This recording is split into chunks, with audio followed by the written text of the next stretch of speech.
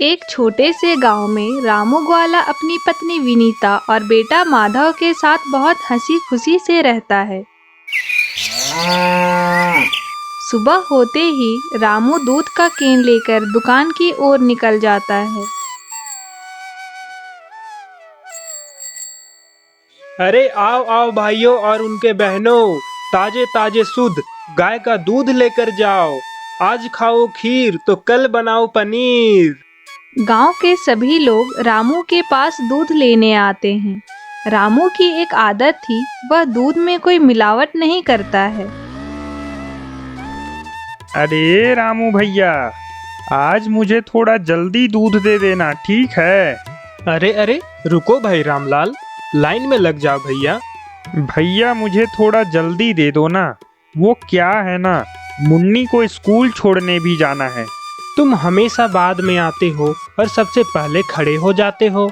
मुझे तो लगता है कि मेरा वहाँ पहुँचते पहुँचते सारा दूध खत्म हो जाएगा। अरे भैया तो जल्दी आना चाहिए, अब मेरे लिए तो सारे ग्राहक एक समान है ना। इसी तरह हर रोज रामू के दुकान के सामने भीड़ लगा रहता है। ज्यादा भीड़ होने के कारण रामलाल को दूध नहीं मिल पाता है। लो रामू भैया, अब तो सारा दूध बिक गया। अब मेरी बिटिया दूध के बिना रोटी नहीं खाएगी।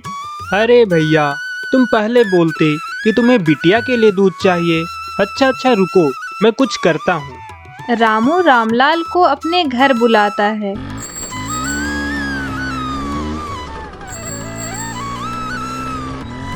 अरे भाग्यवान, सुनती हो क्या? हाँ हाँ कहिए ना, मैं सुन रही हूँ। अरे भाग्यवान, वो मैं कह रहा था कि तुम घर के लिए दूध रखी हो क्या? हाँ जी, आपको कभी कभी चाय पीना रहता है ना, तो बर्तन में थोड़ा सा दूध रख ली थी। अच्छा तो ऐसा करो कि रामलाल भाई को अपनी बिटिया के लिए दूध लेना था और आज दुकान पर सारे दूध भी बिक गए, तो अगर घर पर बचे कुछ दूध होंगे तो वो इन्हें लाकर दे दो। दोनों आपस में बात कर ही रहे थे कि रामलाल उनके पास जाता है।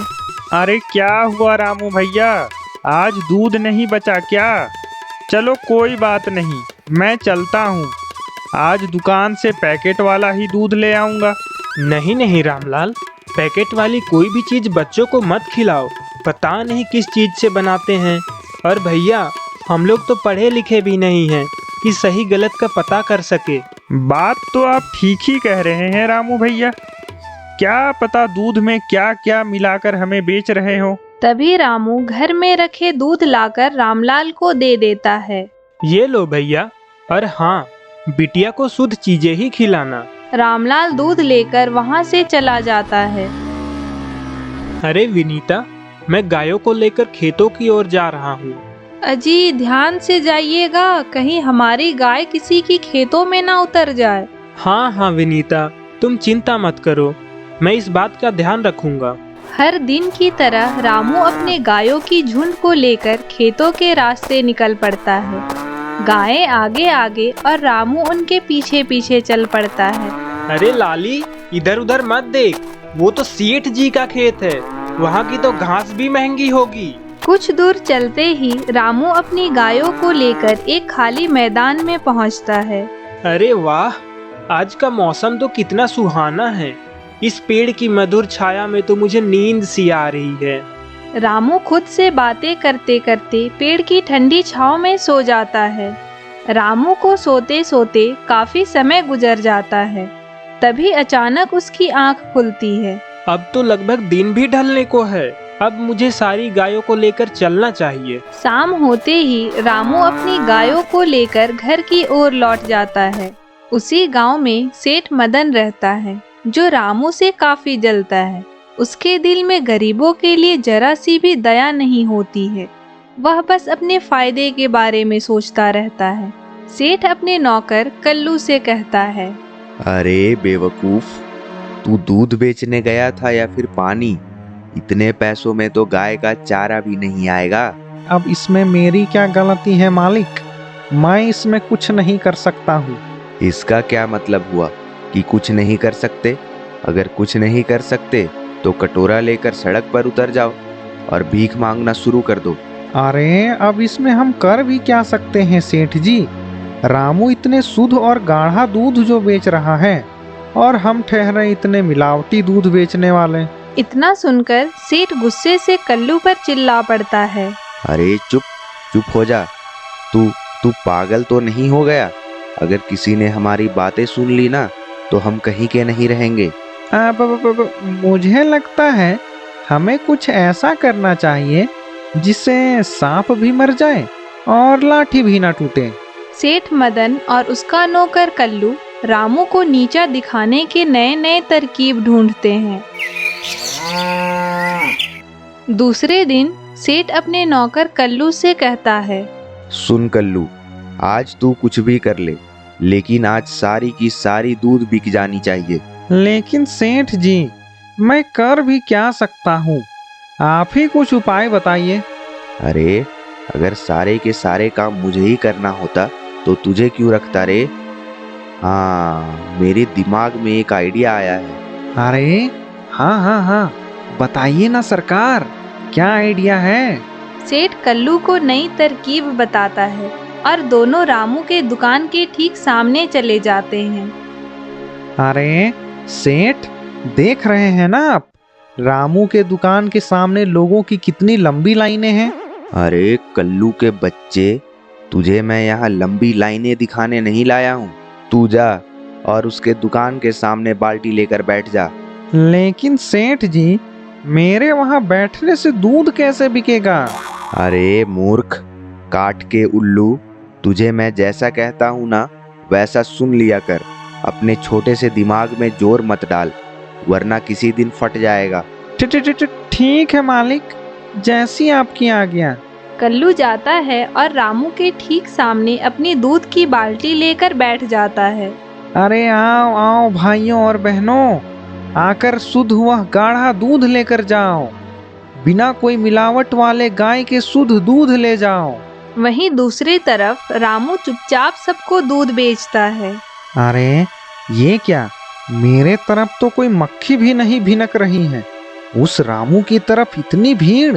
अरे क्या हुआ कल्लू भाई, आज अपनी दुकान पर नहीं बैठे? वो मेरे से तो कोई दूध ही नहीं खरीदते हैं भैया, और तुम्हारे यहाँ तो लोग ठहर ही नहीं रहे हैं।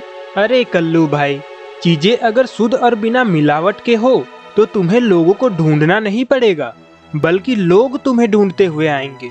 बस अपना मुफ्त का ज्ञान अपने पास ही रखो तो बेहतर होगा, समझे?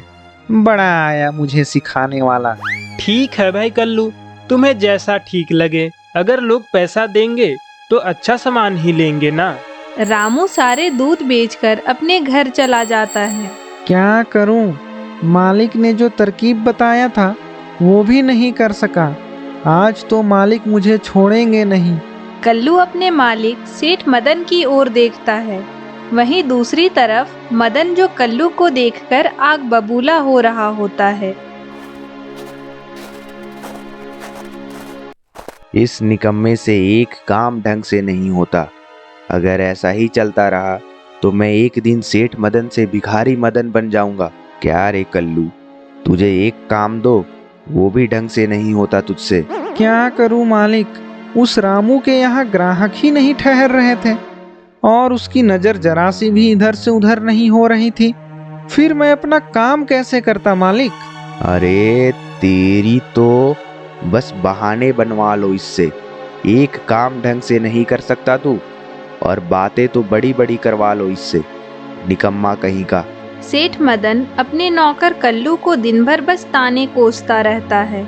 मैं अगर इतना निठल्ला और निकम्मा हूँ तो मुझे काम करने ही क्यों बोलते हैं? खुद ही क्यों नहीं कर लेते? कल मैं साबित कर दूंगा कि मैं निकम्मा नहीं हूँ। रुक जा तू रामू, तुझे तो मैं, तेरी वजह से ही मुझे इतनी बातें सुननी पड़ती हैं।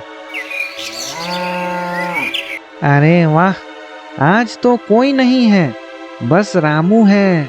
अगले दिन कल्लू अपने मालिक के बताए हुए तरकीब को अंजाम दे ही देता है। क्या रामू भाई, तुमने कोई जादू टोना तो नहीं कराया है? अरे नहीं भाई, यह तुम क्या कह रहे हो? भला ये सब कराने की मुझे क्या जरूरत है? अरे नहीं भैया, मैं तो बस मजाक कर रहा था। जिसकी नीयत और दिल साफ हो ना, उसे कुछ भी कराने की जरूरत नहीं पड़ती भैया। कल्लू मन ही मन सोचता है। ये लो, ये फिर शुरू हो गया। पता नहीं इसकी ज्ञान देने वाली आदत कब जाएगी। कल्लू रामू को अपने बातों में उलझाकर उसके दूध वाली केन में एक छिपकली डाल देता है। चलो ठीक है रामू भैया, आप दूध बेचिए, मैं भी चलता हूँ। रामू भैया, मुझे जरा 1 लीटर दूध दे देना। मुझे भी 1 लीटर दूध देना रामू भैया। हाँ हाँ भैया, ठहर जाओ, सबको मिलेगा, बस सब लाइन में आओ। अरे रामू भैया, मुझे आज थोड़ा ज्यादा दूध चाहिए। हाँ सर मिली बहन, कहो कितना दूं? मुझे 5 लीटर चाहिए, 5 लीटर। ये लो बहन, तुम्हारे लिए 1, 2, 3, 4 और ये पूरे 5 लीटर दूध। तभी शर्मीली को अचानक अपने बर्तन में छिपकली दिखाई देती है। अरे छी छी भैया, राम राम, तुम क्या दूध के साथ साथ छिपकली मुफ्त में देते हो क्या? अरे रे रे रे, ये कहाँ से आ गया भैया? रामू भैया, ये तो तुम हम लोगों को बताओगे कि आखिरकार ये छिपकली यहाँ आई कहाँ से। ग्राहक और रामू के बीच नोकझोंक को दूर बैठे सेठ का नौकर कल्लू देखकर काफी खुश हो रहा था। अरे क्या हुआ रामू भैया, कुछ परेशानी है क्या? अरे चलो चलो भाइयों, हमें अब कल्लू के पास से ही दूध ले लेना चाहिए। कल्लू भाई, दूध तो शुद्ध है ना, कोई मिलावट वगैरह तो नहीं है? अरे हाँ हाँ भैया, हम छिपकली वाली दूध नहीं बेचते, हम गाय का शुद्ध व देसी दूध बेचते हैं भैया। इसमें तुम्हें कोई मिलावट नहीं मिलेगी। आखिरकार सेठ मदन की तरकीब काम आ ही गई।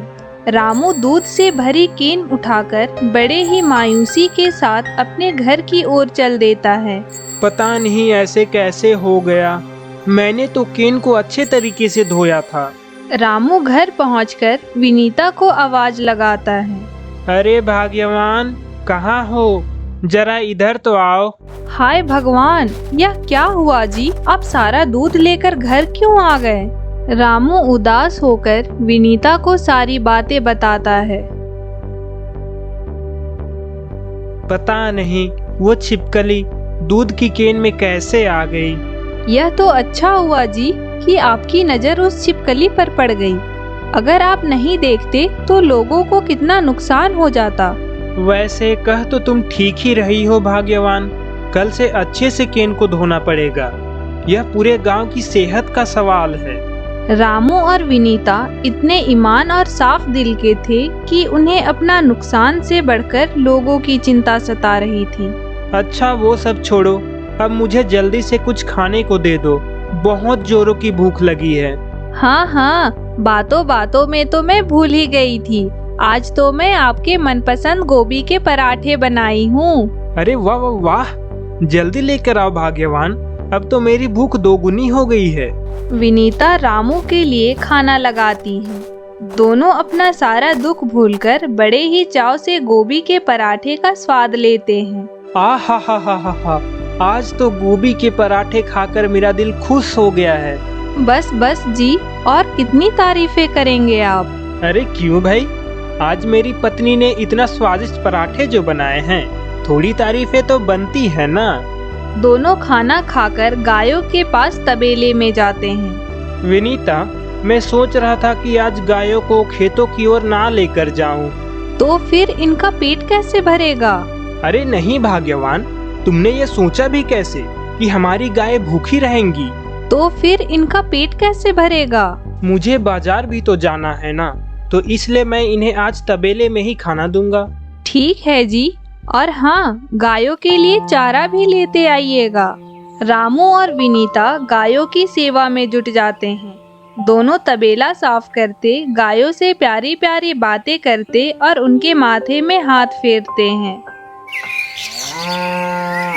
अगले दिन रामू गायों के तबेले में जाता है।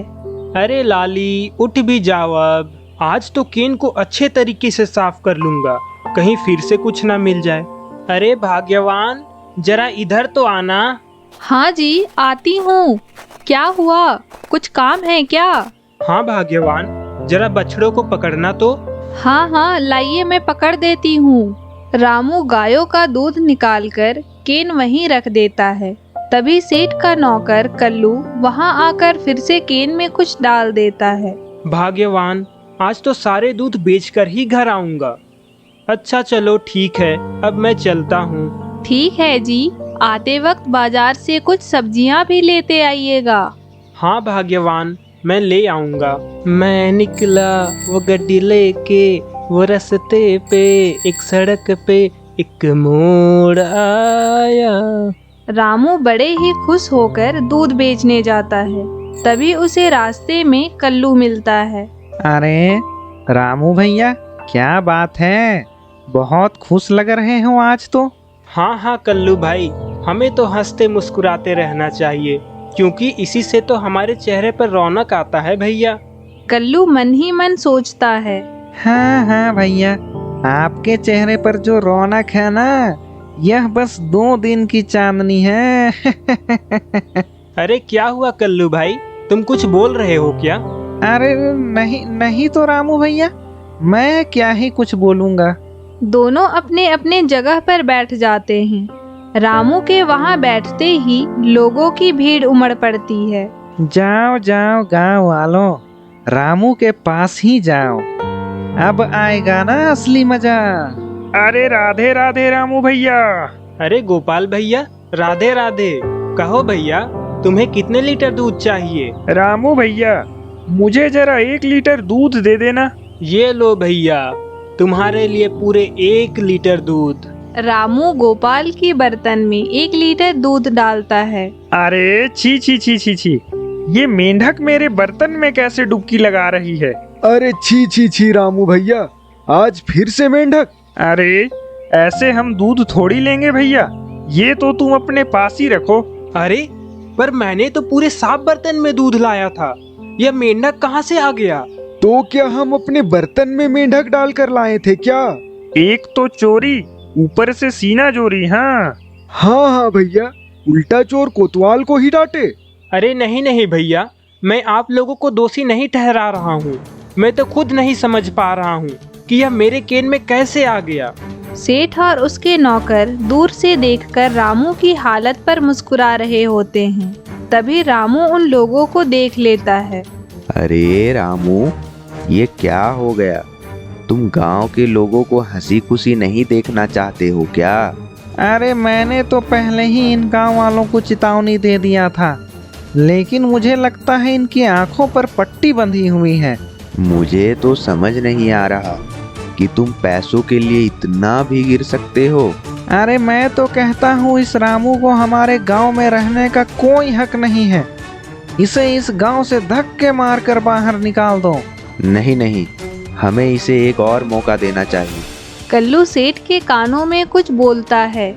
सेठ, ये क्या कर रहे हैं आप? अभी मौका अच्छा है, इस रामू के बच्चे को इस गांव से बाहर निकाल दीजिए। ऐसा मौका बार बार नहीं मिलेगा सेठ। अरे बेवकूफ, अकल से पैदल। अगर अभी हम इस रामू को गांव से निकालने की बात करेंगे तो सारा शक हम पर ही जाएगा। ये तो मैंने सोचा ही नहीं था सेठ जी, इससे तो अभी हमारा बहुत ज्यादा नुकसान हो जाता। इस दुनिया में भी कैसे कैसे लोग रहते हैं। कौन है ये लोग, कहाँ से आते हैं ये, जो किसी की कामयाबी से जलते हैं। चलो अब घर चलता हूँ, इन लोगों ने तो मेरा इतना बड़ा नुकसान करा दिया। रामू मायूस होकर वहां से चला जाता है। वह समझ चुका था कि यह सब सेठ की चाल है, लेकिन वह कुछ कर भी नहीं सकता है। क्या हुआ जी, आप इतने मायूस क्यों हैं? आज फिर कुछ हुआ है क्या? क्या बताऊं भाग्यवान, उस सेठ मदन और उसके नौकर कल्लू। रामू विनीता को सारी बातें बताता है। मुझे लगता है उस दिन भी उसी कल्लू की ही साजिश थी। हाँ जी, अब तो मुझे भी यही लगता है। हमें मुखिया के पास जाना चाहिए। नहीं नहीं भाग्यवान, हम ऐसा नहीं कर सकते हैं। पर क्यों जी? मुझे लगता है कि मुखिया हमारी मदद जरूर करेंगे। तुम नहीं समझ रही हो भाग्यवान, उस सेठ ने पूरे गांव वालों को हमारे खिलाफ कर दिया, और अगर हम मुखिया के पास जाएंगे तो गांव के सारे लोग सेठ का ही साथ देंगे। यह तो आप ठीक ही कह रहे हैं, लेकिन अब हम क्या करेंगे? तुम परेशान क्यों होती हो भाग्यवान? हम कुछ ना कुछ कर ही लेंगे। क्या हुआ? तुम क्या सोच रही हो? हाँ, मैं यह कह रही हूँ कि अगर हम थोड़े दूध से पनीर बनाकर गांव में बेचने लगे तो इससे हमारे पास कुछ पैसे आ जाएंगे। यह तो तुम बिल्कुल काम की बात सोची हो भाग्यवान। हम पनीर और थोड़े दूध गांव जा जाकर बेचेंगे। हाँ जी, इससे गांव के लोगों का दोनों काम हो जाएगा।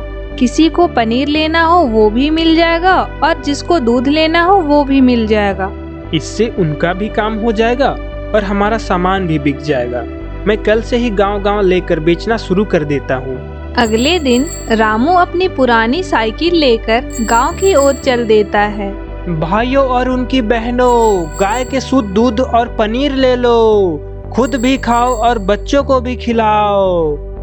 अरे बेटा, जरा रुको तो। हाँ हाँ अम्मा, कहो कितने लीटर दूध चाहिए? अरे बेटा, मुझे आधा लीटर दूध तो दे दो। हाँ हाँ माँ जी, मैं अभी देता हूँ। ये लीजिए आपके लिए आधा लीटर दूध। रामू अपनी साइकिल रोकता है और बूढ़ी अम्मा को दूध देता है। रामू उससे कुछ देर बातें करता है और उससे बिना पैसे लिए वहाँ से चला जाता है। अरे रामू बेटे, पैसे तो लेते जाओ बेटा। अम्मा, ये पैसे तुम अपने पास रखो, तुम्हारे कुछ और काम आ जाएंगे। कुछ दूर जाते ही एक आदमी रामू को आवाज लगाता है। अरे ओ भैया, सुनते हो? जरा रुको तो। हाँ हाँ भैया, कहो आपको क्या चाहिए, दूध या पनीर? अरे पनीर कैसे दे रहे हो भैया, और दूध का क्या भाव है? दूध 50 रुपए लीटर है भैया और पनीर 500 रुपए केजी। अच्छा अच्छा, तो तुम ऐसा करो, मुझे आधे किलो पनीर और 1 लीटर दूध दे दो। ठीक है, मैं आपको अभी देता हूँ। और हाँ, मैं कह रहा था कि आप हर दिन मेरे घर आकर 1 लीटर दूध पहुंचा देना, ठीक है? ठीक है भैया। वैसे मैं कह रहा था कि अगर इस गांव में किसी और को भी दूध चाहिए होगा तो मुझे जरूर बताइएगा। हाँ हाँ हाँ हाँ, मैं ये बात जरूर कह दूंगा। ये लो अब तुम्हारे पैसे। रामू का व्यवहार अच्छा होने के कारण वह दूसरे गांव के लोगों के दिलों में अपनी जगह बना लेता है। उसकी ईमानदारी और नेकी ने लोगों के दिल जीत लिए थे। चलो भैया, आज तो सारी चीजें बिक गई। अब मुझे घर चलना चाहिए। रामू आज काफी खुश था। वह घर पहुंचता है और विनीता को आवाज लगाता है। अरे भाग्यवान, सुनती हो? जरा इधर तो आओ। हाँ जी, आती हूँ। आज आप काफी खुश लग रहे हैं। क्या मैं इस खुशी का राज जान सकती हूँ? हाँ हाँ भाग्यवान, तुम्हें पता है आज मैं सारा पनीर और दूध बेच आया हूँ और तुम्हारे लिए भी कुछ लाया हूँ। मेरे लिए क्या लाए हैं जी? रामू विनीता के हाथों में चूड़ियाँ रख देता है। विनीता उन चूड़ियों को देखकर खुशी के मारे झूम उठती है। आज सारा पनीर और दूध बिक गया तो सोचा अपनी पत्नी के लिए भी कुछ लेकर जाऊं। दूसरे तरफ देखा जाए तो सेठ और उसके नौकर अपने फायदे के लिए मिलावटी दूध बेचता है। कल्लू अपने दुकान में बैठा था, तभी एक आदमी उसके पास आता है। कल्लू भाई, मुझे जरा 1 लीटर दूध उधार दे दो। घर में बच्चे बहुत भूखे हैं। कल तक मैं तुम्हें पैसे लौटा दूंगा। उधार? मैंने यहाँ कोई मंदिर नहीं खोल रखा है कि हर कोई मांगता फिरे। पैसे नहीं है तो भूखे रहो। मैंने यहाँ पैसे कमाने के लिए दुकान खोला है, ना कि दान देने के लिए, समझे? मेरे लिए नहीं तो कम से कम मेरे बच्चों के खातिर उधार दे दो। अरे, अगर तुम्हें भीख मांगनी है तो तुम रोड में मांगो या फिर मंदिर में चले जाओ ना भैया। वहाँ कोई ना कोई तुम पर दया जरूर करेगा। अरे ऐसा तो मत कहो कल्लू भाई, मेरी गरीबी का मजाक मत बनाओ। अरे ओ ज्ञानी बाबा, चलो हटो, जाओ यहाँ से। सेठ की दुकान से हर दिन कोई ना कोई उदास होकर लौटता है। पैसों के लालच ने उसे अंधा बना दिया है। किसी की मजबूरी और लाचारी उसे दिखाई नहीं देती है। अगले दिन कल्लू रामू को दूसरे गांव जाते हुए देखता है। अरे, ये तो रामू है। ये कहाँ जा रहा है? मुझे देखना पड़ेगा। गाय का शुद्ध दूध ले लो, ताजे ताजे पनीर ले लो। रामू आवाज लगाते जाता है। तभी कल्लू सुन लेता है। अरे बाप रे बाप, ये तो नया बिजनेस खोल कर बैठा है भैया। मुझे तो सेठ के पास जाना होगा। हमारी चाल तो कामयाब ही नहीं हुई। ये तो दूध के साथ साथ पनीर भी बेच रहा है। कल्लू दौड़ते हुए सेठ मदन के पास जाता है। सेठ जी, उस रामू ने तो। अरे अरे, आराम से, तू पहले लंबी सांस ले और बता कि तू कहना क्या चाह रहा है। उस रामू ने तो नया काम शुरू कर लिया है सेठ जी। नया काम? अब कौन सा नया काम शुरू कर दिया उसने? मैंने देखा कि रामू दूध के साथ साथ पनीर भी बेचने लग गया है, वो भी गांव-गांव घूमकर। अरे, ऐसे में तो बहुत जल्द हमारा धंधा बंद हो सकता है। अब ये कैसे होगा सेठ जी? रामू तो गांव-गांव जाकर दूध बेचता है। यह तो अच्छी बात हुई ना। फिर इससे हमारा धंधा कैसे बंद होगा? अरे मूर्ख आदमी, अगर गांव के लोगों को यह बात पता चल गई कि रामू दूध के साथ साथ पनीर भी बेच रहा है तो जरा सोच क्या होगा। अरे, अब इसमें सोचने वाली क्या बात है? अरे ना समझ उल्लू के पट्टे, तुम जरा अपने दिमाग में जोर तो डालो। हम इस गांव में दूध बेचते हैं, ठीक है? ठीक है, बेचते हैं तो। और रामू दूध और पनीर दोनों बेचता है। अगर इस गांव के ना समझो को पनीर के बारे में पता चल गया तो वे लोग दौड़कर रामू के पास ही जाएंगे। अरे, तो दौड़कर जाएं या भागकर जाएं, हमें उससे क्या? अगर लोग उस रामू के पास गए और रामू दोबारा गांव वालों का भरोसा जीत लिया, फिर तो हमारी दुकान में एक चींटी भी रेंगती नजर नहीं आएगी। चींटी तो आएगी सेठ, लेकिन कोई आदमी नजर नहीं आएगा। अरे क्या करूं मैं उस उल्लू के पट्टे का? तू तो परले दर्जे का बेवकूफ है, तुझे कुछ समझ नहीं आता। कल्लू चुपचाप सेठ की सारी बातें सुनता है। तू पहले मेरी बात सुन और जैसा जैसा मैं कहता हूँ वैसा कर। सेठ कल्लू को नई तरकीब बताता है। सुनो, कल से तुम पनीर बनाना शुरू करो। लेकिन सेठ जी, हमारे पास तो मुश्किल से थोड़े बहुत दूध होते हैं, उसमें भी हम मिलावट ही कर देते हैं। फिर हम पनीर कैसे बनाएंगे? अरे मूर्ख आदमी, अगर हम दूध में थोड़े पानी मिला ही देते हैं तो उसमें थोड़े केमिकल और पाउडर और मिला देंगे। कल्लू धीमी आवाज में बोलता है। दूध में पानी मिलाते हैं या पानी में दूध मिलाते हैं? अरे अब खड़े खड़े सोच क्या रहे हो? कुछ नहीं मालिक, आप जैसे कह रहे हैं ना, हम बिल्कुल वैसा ही करेंगे। सेठ रामू की कमाई को बंद कराने के लिए बहुत सी तरकीबें लगाता है। वह गांव के मासूम लोगों के स्वास्थ्य के साथ खेलता है। अगले दिन रामू और विनीता का बेटा माधव अपने गांव आता है। अरे माधव बेटा, तुम आओ आओ बेटा, अंदर आ जाओ। ऐसे कोई दरवाजे पर खड़े होकर बात करता है क्या? माँ, पिताजी कहीं नजर नहीं आ रहे हैं? तुम्हारे पिताजी दूध बेचने गए हैं बेटा। तुम्हें देखे हुए कितने महीने बीत गए। अच्छा किए तुम आ गए। अच्छा वो सब छोड़ो, ये बताओ कि खाने में क्या बना है? मुझे बहुत जोरों से भूख लगी है। हाँ बेटा, तुम अपना सामान तो रख दो और हाथ पैर धो लो, तब तक मैं तुम्हारे लिए कुछ बना कर लाती हूँ। अपने बेटे को देखकर विनीता की खुशी मानो 7वें मंजिल पर थी। वैसे माँ, पिताजी कब तक घर वापस आ जाएंगे? मुझे आप दोनों को कुछ बताना है। बातें करते करते रामू भी घर आ जाता है। वह अपने बेटे को देखकर काफी खुश होता है। अरे माधव बेटे, तुम कब आए बेटा? तुम ठीक तो हो ना? तुम्हारी पढ़ाई कैसी चल रही है? अरे आप भी ना जी, पहले घर के अंदर तो आइए, या वहीं से बातें करेंगे आप? हाँ पिताजी, आप अंदर तो आइए, मुझे आप दोनों को कुछ बताना है। हाँ हाँ बेटा, बताओ ना, हम सुन रहे हैं। वो तो मैं बता ही दूंगा, लेकिन उससे पहले मुझे माँ के हाथ का बना पनीर खाना है। हाँ हाँ, तुम्हारी माँ तुम्हारे लिए बना देगी बेटा। वैसे तो आज मेरे सारे पनीर बिक गए, लेकिन तुम फिक्र मत करो, मैं बाजार से ले आता हूँ। वैसे पिताजी, पहले तो बस हम दूध बेचा करते थे ना, अब ये पनीर कब से बेचना शुरू कर दिया आपने? रामू माधव को सारी बातें बताता है। और बाजार की ओर निकल जाता है। बेटा तुम आराम करो, मैं अभी आता हूँ। रामू बाजार जाकर सेठ की दुकान से पनीर लेकर आता है।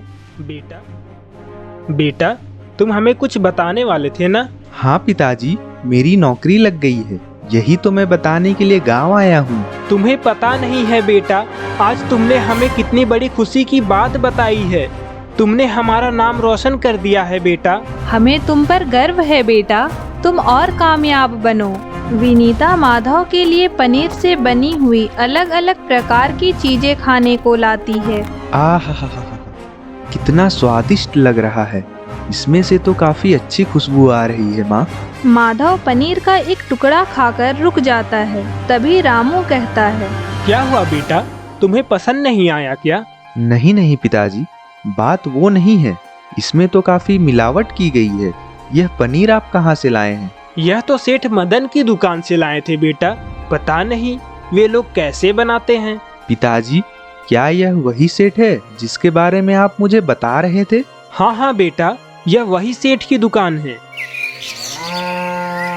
माधव अगले ही दिन अपने कंपनी के आदमियों के साथ सेठ मदन की दुकान पर पहुंचता है।